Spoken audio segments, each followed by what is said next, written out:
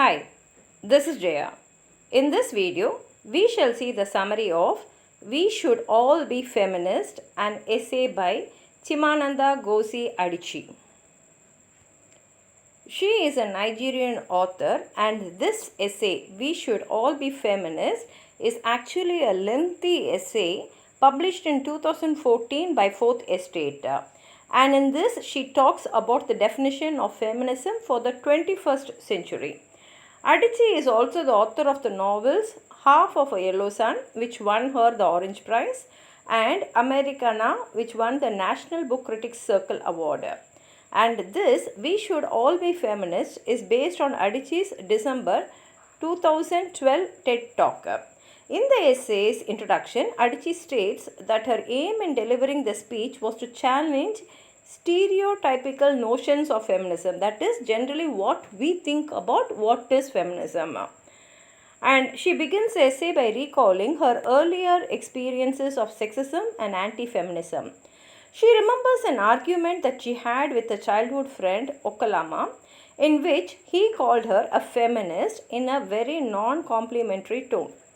She then remembers later episodes in her life in which she was warned, often by friends or well-meaning strangers, against being a feminist. Such warnings made it clear to her that the word feminist implied a woman who was angry and bitter. Adichie discusses the injustice of societal expectations for women, both in African culture and also in the world at large. She observes that although the world has slightly more women than men, men still hold most positions of power. She also says that the men's dominance is based on an outdated notion of superior physical strength indicating fitness to lead. Because earlier, men had to go for hunting, and therefore their physical fitness was counted as an advantage for it. And therefore, since they were the food givers to the whole community, they were looked upon as leaders. But even now, men, even though they are physically weak at times, some are even physically weak, they are still, just because they are men, we look at them as a leader. And she also recalls episodes from her own life and from the lives of her female friends that illustrate these points. She remembers how, as a young girl in Nigeria, she was deprived of the opportunity to be her class monitor simply because she was a girl.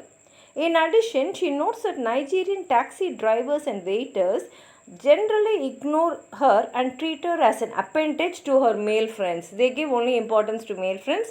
All the questions are only thrown to them and only their answers are valid. She tells us that her American female friends have experienced a similar social pressure to be complained and invisible even when they hold positions of power. So even when a woman is in a position of power, they're not given the due respect which should be given to that power only because they are female heads. Adichie also says that boys and girls are taught inflexible gender roles, a situation that hurts both sexes equally. Boys are raised to be aggressive and stoic. That is, boys are actually expected to be like that, while girls are raised to please boys and to consider marriage as a central goal. She recalls times when she was warned against appearing too aggressive and outspoken because she might frighten prospective husbands, and she shares stories of female friends, both married and unmarried, who have had to efface themselves to please men. One single friend, she told us, sold her house so that she would appear less intimidatingly self-reliant. Another married friend grew weary of pretending to enjoy cooking more than she did. Adichie also acknowledges that she is angry over the situation, but her anger doesn't preclude hope.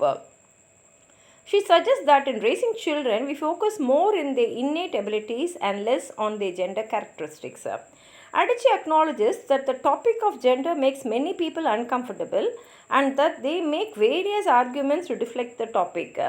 One such argument is the anthropological argument that studies of apes show that the female sex is inherently submissive. Now, Adichie says that we are not apes. Apes are the ones which lived in trees and ate worms. At the same time, we all know that human beings don't do so.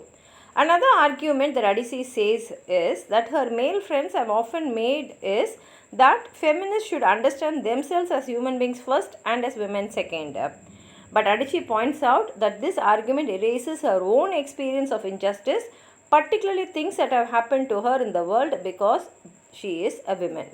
In addition, she states that a focus on these injustices is inappropriate because women, just as much as her black male friends, have been historically oppressed. Like how men feel that particularly black men feel that they are oppressed, she feels all the women, wherever they are also oppressed.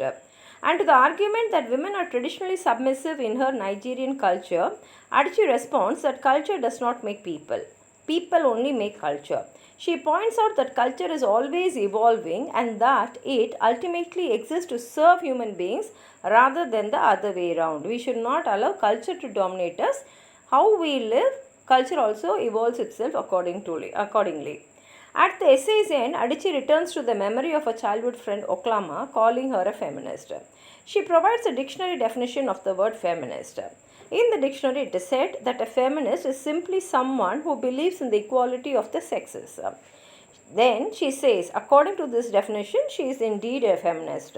She tells us that a great grandmother who never knew the word feminist still fits this description, as does her brother Cain, who is also a kind, good looking, and a very masculine young man. And thus she ends the essay.